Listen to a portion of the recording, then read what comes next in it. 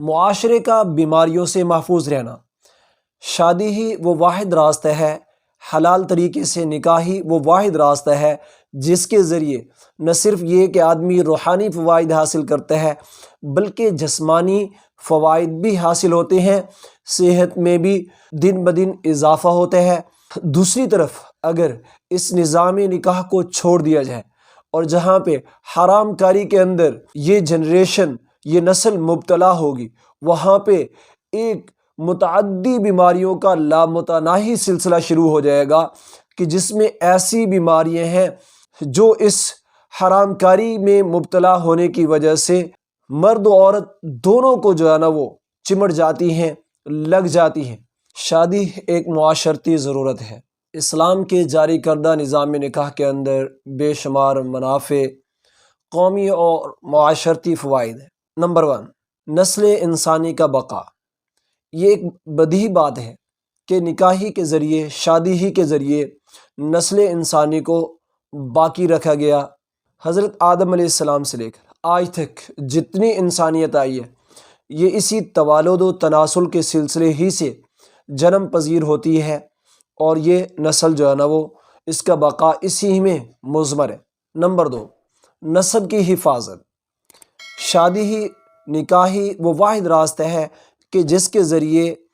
نسب کا بقا ضروری ہے، نسب کا بقا ہو سکتا ہے،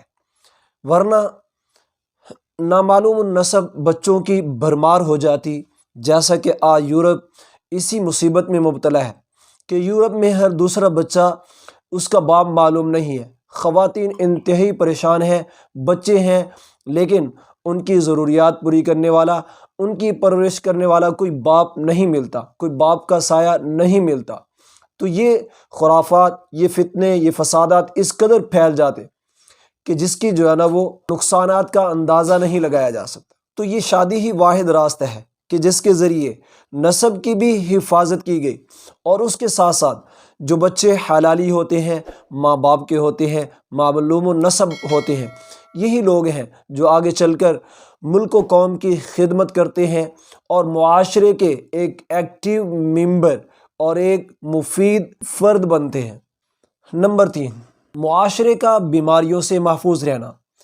شادی ہی وہ واحد راستہ ہے، حلال طریقے سے نکاح ہی وہ واحد راستہ ہے جس کے ذریعے نہ صرف یہ کہ آدمی روحانی فوائد حاصل کرتا ہے بلکہ جسمانی فوائد بھی حاصل ہوتے ہیں، صحت میں بھی دن بدن اضافہ ہوتا ہے۔ دوسری طرف اگر اس نظام نکاح کو چھوڑ دیا جائے اور جہاں پہ حرام کاری کے اندر یہ جنریشن، یہ نسل مبتلا ہوگی، وہاں پہ ایک متعدی بیماریوں کا لامتناہی سلسلہ شروع ہو جائے گا کہ جس میں ایسی بیماریاں ہیں جو اس حرام کاری میں مبتلا ہونے کی وجہ سے مرد و عورت دونوں کو جو ہے نا وہ چمٹ جاتی ہیں، لگ جاتی ہیں۔ دوسری طرف اگر اس نظام نکاح کو چھوڑ دیا جائے اور جہاں پہ حرام کاری کے اندر یہ جنریشن، یہ نسل مبتلا ہوگی، وہاں پہ ایک متعدی بیماریوں کا لامتناہی سلسلہ شروع ہو جائے گا کہ جس میں ایسی بیماریاں ہیں جو اس حرام کاری میں مبتلا ہونے کی وجہ سے مرد و عورت دونوں کو جو ہے نا وہ چمٹ جاتی ہیں، لگ جاتی ہیں، جس میں سے ایڈز ہے اور اس جیسی بہت سی بیماریاں ہیں جو اس خرافات کی وجہ سے اور اس گندے کام میں مبتلا ہونے کی وجہ سے انسان پر وقوع پذیر ہو جاتی۔ نمبر 4، خاندان کی تعمیر اور بچوں کی تربیت۔ نکاح ہی واحد راستہ ہے اس حلال طریقے سے جو بچے جنم لیتے ہیں، دنیا میں آتے ہیں، ماں باپ کے دل کے اندر ان کی محبت ہوتی ہے، ان کی پرورش کی جو ہے نا وہ احساس ذمہ داری ہوتا ہے، اور والدین ہر لمحے اپنی جان سے عزیز اپنے بچوں کو سمجھتے ہیں، ان کے اخراجات، ان کی پرورش، ان کی اچھی تربیت، ہر طرح سے ان کا لحاظ رکھا جاتا ہے، اور یہی والدین ایک گھرانے کے اندر ایک دوسرے کے ساتھ تعاون کر کے گھرانے کو جنت کا سما بنا دیتے ہیں۔